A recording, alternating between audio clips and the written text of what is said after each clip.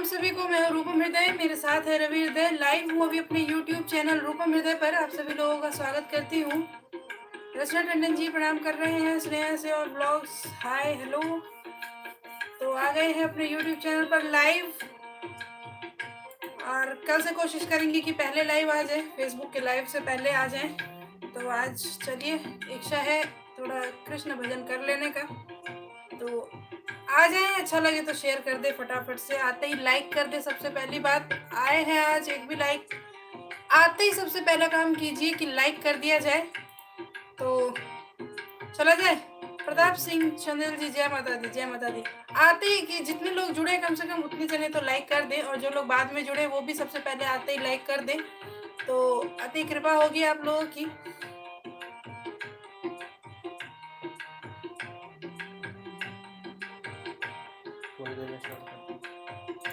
तो बस कुछ सेकंड्स में शुरू करते हैं, तब तक आप लोग अपनी बात लिख सकते हैं यहाँ पर।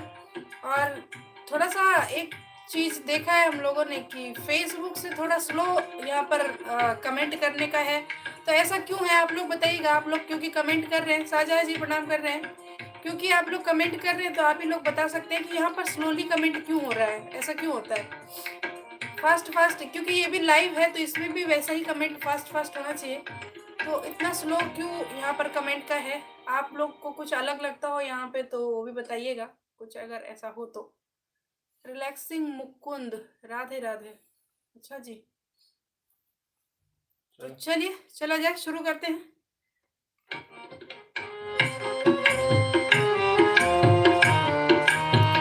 राधिका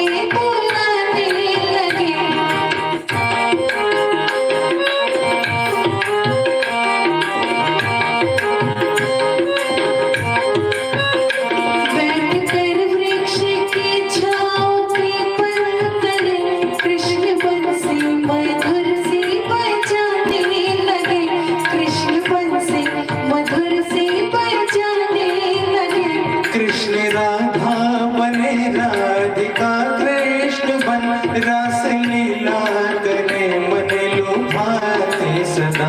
राधिका साथ होकर खड़े धर धर, प्यार की बांसुरी शुभ बजाते सदा। त्याग पूजा समर्पण तपस्या भजम, त्याग पूजा समर्पण तपस्या भजम। ईश है प्रेम जग को बताने लगे, राधिका राधिका रट रहे हैं मदन, राधिका पास अपने बुलाने लगे।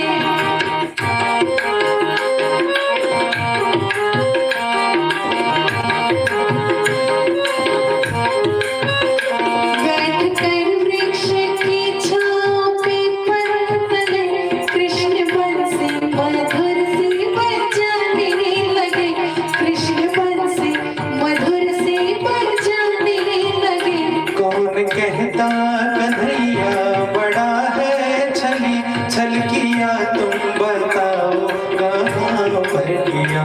पूज्य हे कृष्ण जी आपके हम ऋणी, आपने दान गीता हमें है दिया। गोपियों का बसन चोर कैसे कहे, गोपियों का बसन चोर कैसे कहे। चीर जो द्रौपदी का बढ़ाने चले, राधिका राधिका रट रहे हैं मदन, राधिका पास अपने बुलाने लगे। बैठकर वृक्ष की छाँव पीपल तले, बैठकर वृक्ष राधिका राधिका रट रहे हैं मदन, राधिका पास अपने बुलाने लगे। बैठकर वृक्ष की छाँव पीपल तले, कृष्ण बंसी मधुर सी बजाने लगे, राधिका राधिका रट रहे हैं मदन, राधिका पास अपने बुलाने लगे। कृष्ण बंसी मधुर सी बजाने लगे, राधिका पास अपने बुलाने लगे। तो कान्हा जी को गोपियों का बसन चोर कैसे कहे, मतलब गोपियों के कपड़े चुराने वाला हम कैसे मान लें उनको, जबकि उन्होंने द्रौपदी का जो चीर जो है हरण होने से बचाया था और इतना बड़ा कर दिया था कि लोग थक गए, लेकिन जो उनका वस्त्र जो है वो कम नहीं पड़ा। तो किस प्रकार से कहे, इसका मतलब जो गोपियों का वस्त्र चोर जो बोला जाता है कन्हैया को, वो एक सांकेतिक चीज है। और इसको मैंने एक दिन एक्सप्लेन भी किया था कि ऐसा क्यों करते थे कृष्ण। और किन्हीं को याद हो तो बताइएगा कि हमें याद है, पूरी कहानी नहीं, लेकिन बस इतना बताइएगा कि हमें याद है, तो फिर मैं बताऊंगी। अगर नहीं किसी को याद हो कि क्यों वस्त्र चोर बोला जाता था उनको, तो उसके पीछे एक बहुत ही गहरा और बहुत ही अच्छा मानवीय कारण है। एक बार आप लोगों को अगर पता हो तो जरूर बताइएगा हमें, और किसी एक को भी पता होगा तो उसके बाद हम नेक्स्ट गाने पे चलेंगे। रवि हृदय जी भी कमेंट कर रहे हैं, बहुत अच्छी बात है। भाई साहब गा भी रहे हैं, कमेंटो कर रहे हैं, वाह। तो किन्हीं को भी अगर याद हो तो मुझे जरूर बताइएगा, जो लोग अभी देख रहे हैं वो भी, और जो लोग बाद में देखें वो भी बताइएगा, क्योंकि बहुत शास्त्र के ज्ञाता तो नहीं है हम उतना तो नहीं ये करते हैं, लेकिन कुछ कुछ जो कृष्ण की अटखेलियां हैं उसका हमको अर्थ जरूर पता है। एक मैथिली ही गाएंगे तो बताया जाए, किसी को भी याद हो तो बिना समय को गवाए हुए कोई बताएं फटाफट से कि ऐसा क्यों करते थे कृष्ण जी। ऐसा आप लोग सोचते होंगे, जो लोग नहीं जानते हैं कृष्ण के चरित्र को या कृष्ण को थोड़ा भी नहीं समझते हैं, वो लोग सोचेंगे ये क्या काम करता था, लड़कियों के कपड़े चुराता था, क्यों। ये एक, हाँ, ये मात्र एक छोटी सी घटना थी। उस समय पर आप लोग जानते ही हैं, कुछ महाभारत से कुछ समय पहले ही, क्योंकि महाभारत के टाइम पर थे कृष्ण जी, और महाभारत काल आप लोगों को पता होगा कि किस तरह का काल था। उसमें हर तरह की बुराइयां भी थी और हर तरह की अच्छाइयां भी थी। तो पहले क्या होता था कि लड़कियां नदी पर स्नान करने जाया करती थी, तो उस समय भी लड़कियां जो है नदी पर स्नान करने जाया करती थी, लेकिन जिस तरह से अब की भाषा में हम कहेंगे, कुछ आवारा लड़के जो होते हैं वो लोग उनको परेशान करते थे और समझ ही सकते हैं ऐसी सी स्थिति बनती थी। और कृष्ण जो है वो रक्षक के रूप में, मतलब स्त्रियों के रक्षक, उनके सम्मान के रक्षक के रूप में, और इस तरह का भाव था कृष्ण में। तो उन्होंने एक दिन कपड़े हटा करके, उन्होंने बहुत मना किया लेकिन गोपियां मानती नहीं थी और वो जाती थी। तो उन्होंने एक दिन सिर्फ थोड़ा सा समझाने के लिए प्रैक्टिकल किया, जो कि बहुत ज़रूरी था। तो उन्होंने कपड़े हटा दिए और फिर उन्हें बताया कि ये बिल्कुल ही अनसेफ काम कर रहे हैं आप लोग, जो इस तरह खुले में स्नान कर रहे हैं, वो बिल्कुल अनसेफ काम कर रहे हैं, क्योंकि ये लड़के कभी भी आप लोगों का वस्त्र ले जा सकते हैं, कभी भी आपको मुसीबत में डाल सकते हैं। तो ये पहले ही आगाह करने वाली बात थी। मतलब लड़कियों के सम्मान में ऐसा किया उन्होंने, और तब से वो चीज़ें सुलट गई। तो ये छोटी सी एक कहानी है जिसको कि गलत रूप में पेश किया जाता था, लेकिन इस गाने में हमने बताया कि उसको गोपियों का बसन चोर कैसे कहे, वस्त्रों को चुराने वाला हम कैसे कहे, जबकि वो द्रौपदी का चीर जो है वो बढ़ाने वाले में से थे। तो कुछ जो कृष्ण समझते हैं, जितने हमारे सनातनी हैं वो तो समझते हैं, लेकिन बाकी जो अदर जो जिनका कृष्ण जी से कोई तालमेल नहीं है, वो ये समझते हैं कि वो लड़कियों के कपड़े उठाता था। तो बड़ा ही मिसकंसेप्शन चलता है, लेकिन कोई बात नहीं, ये सब छोटी बातें हैं। कृष्ण जो थे वो थे। तो आओ एक मैथिली गीत, और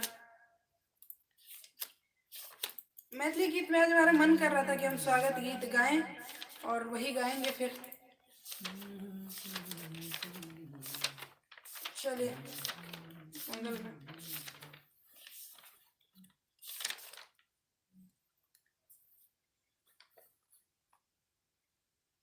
तो इस गाने में बताया गया है, जो अभी मैं गाना गाने वाली हूँ उसमें ये बताया गया है कि हम लोग के यहाँ जो मेहमान होते हैं वो भगवान समान होते हैं। और हमारे पास, क्योंकि बिहार में या मिथिला में गरीबी उस समय बहुत गरीबी झेली हुई है मिथिला ने, लेकिन सबसे ज़्यादा जो हृदय प्रधान लोग थे, या अभी भी कह सकते हैं कुछ जो बचे हुए हैं, तो वो मिथिला में ही हैं।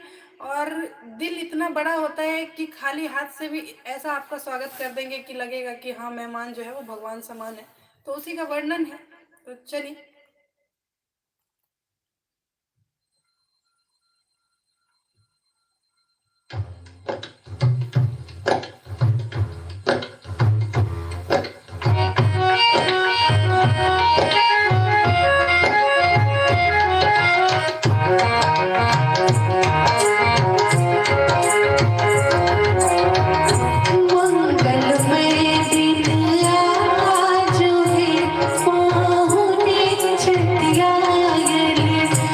मंगलमय दिन आज है,